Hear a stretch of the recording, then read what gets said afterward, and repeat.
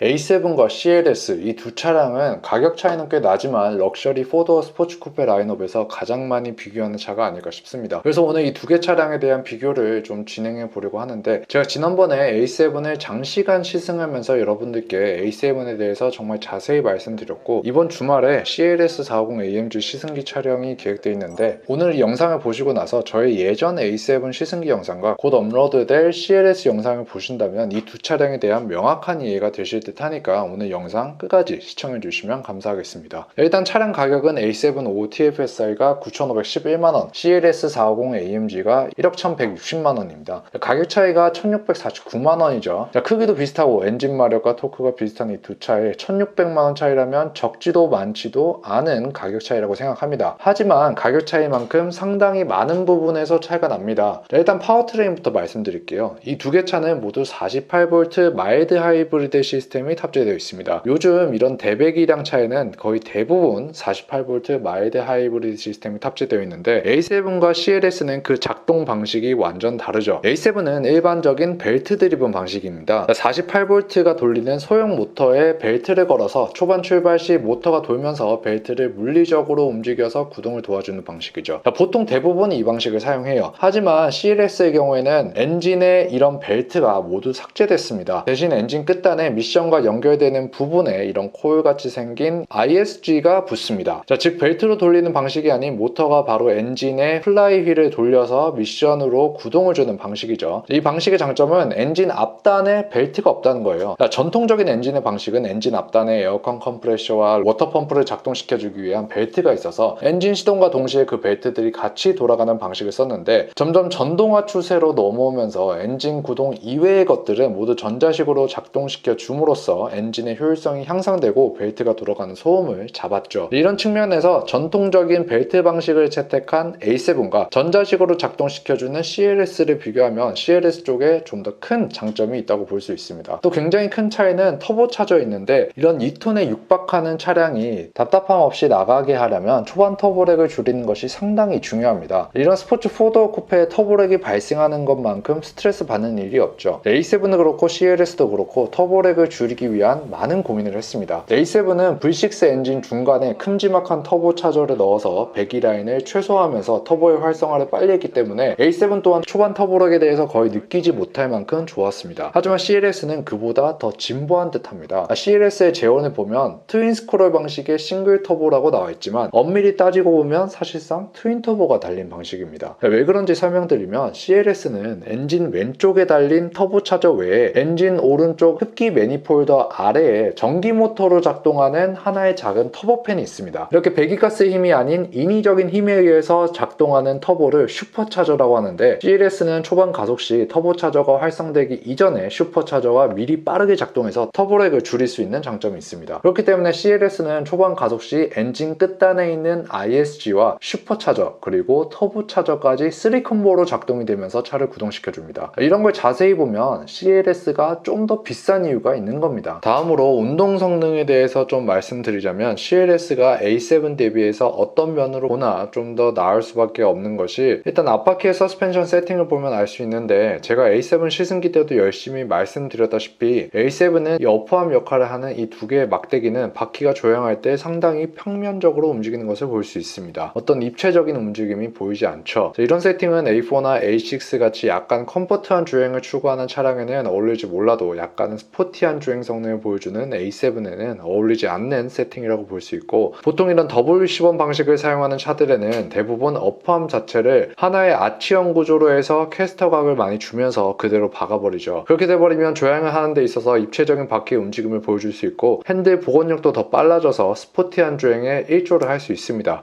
또한 A7과 CLS의 휠 스펙을 보시면, A7은 전륜, 후륜 모두 동일한 255, 40, 20의 스펙을 보여주고 있고, CLS 경우에는 앞 245, 35, 20, 뒤 275, 30, 20의 스펙을 보여주고 있죠. 후륜 스포츠 세단이라고 하면 가져야 할 기본 덕목 중 하나가 전륜 바퀴보다 후륜 바퀴의 폭을 더 넓히는 것이라고 생각합니다. 왜냐하면 대부분의 구동력을 받아줘야 하는 후륜 바퀴의 폭이 넓으면 당연히 노면과의 접지를 증대시킬 수 있고, 코너링 탈출 시 뒷바퀴가 날려서 오버스티어가 나는 것을 방지할 수도 있고, 가속 시에 휠 스핀이 일어나는 것을 줄여줄 수도 있습니다. 그런 측면에서 CLS의 앞뒤 바퀴 폭을 다르게 세팅한 것은 어떻게 보면 당연하다고 볼 수 있죠. 또한 편평비 또한 30이라고 하면 거의 타이어에 고무 두께가 없다고 보셔도 무방한데, 이렇게 되면 도로 여철에서 올라오는 진동을 거의 다 받으면서 가야 해서 승차감 면에서 상당한 손해를 볼 수 있는데, CLS는 다행히 에어 서스펜션이 있죠. 물론 에어 서스가 없는 A7도 가변 서스가 들어가서 컴포트 모드로 주행할 때 승차감이 굉장히 좋지만, CLS는 30이라는 극악의 편평비를 보여주면서 스포츠성을 잡은 동시에 에어 서스를 통해서 나쁘지 않은 승차감을 보여줄 수 있는 장점이 있는 거죠. 전체적으로 봤을 때 CLS가 A7보다 비싼 이유는 분명 존재합니다. 이런 점들을 잘 고려하셔서 차량 선택하시면 좋을 듯 합니다. 이상으로 영상 마치겠고, 시청해주셔서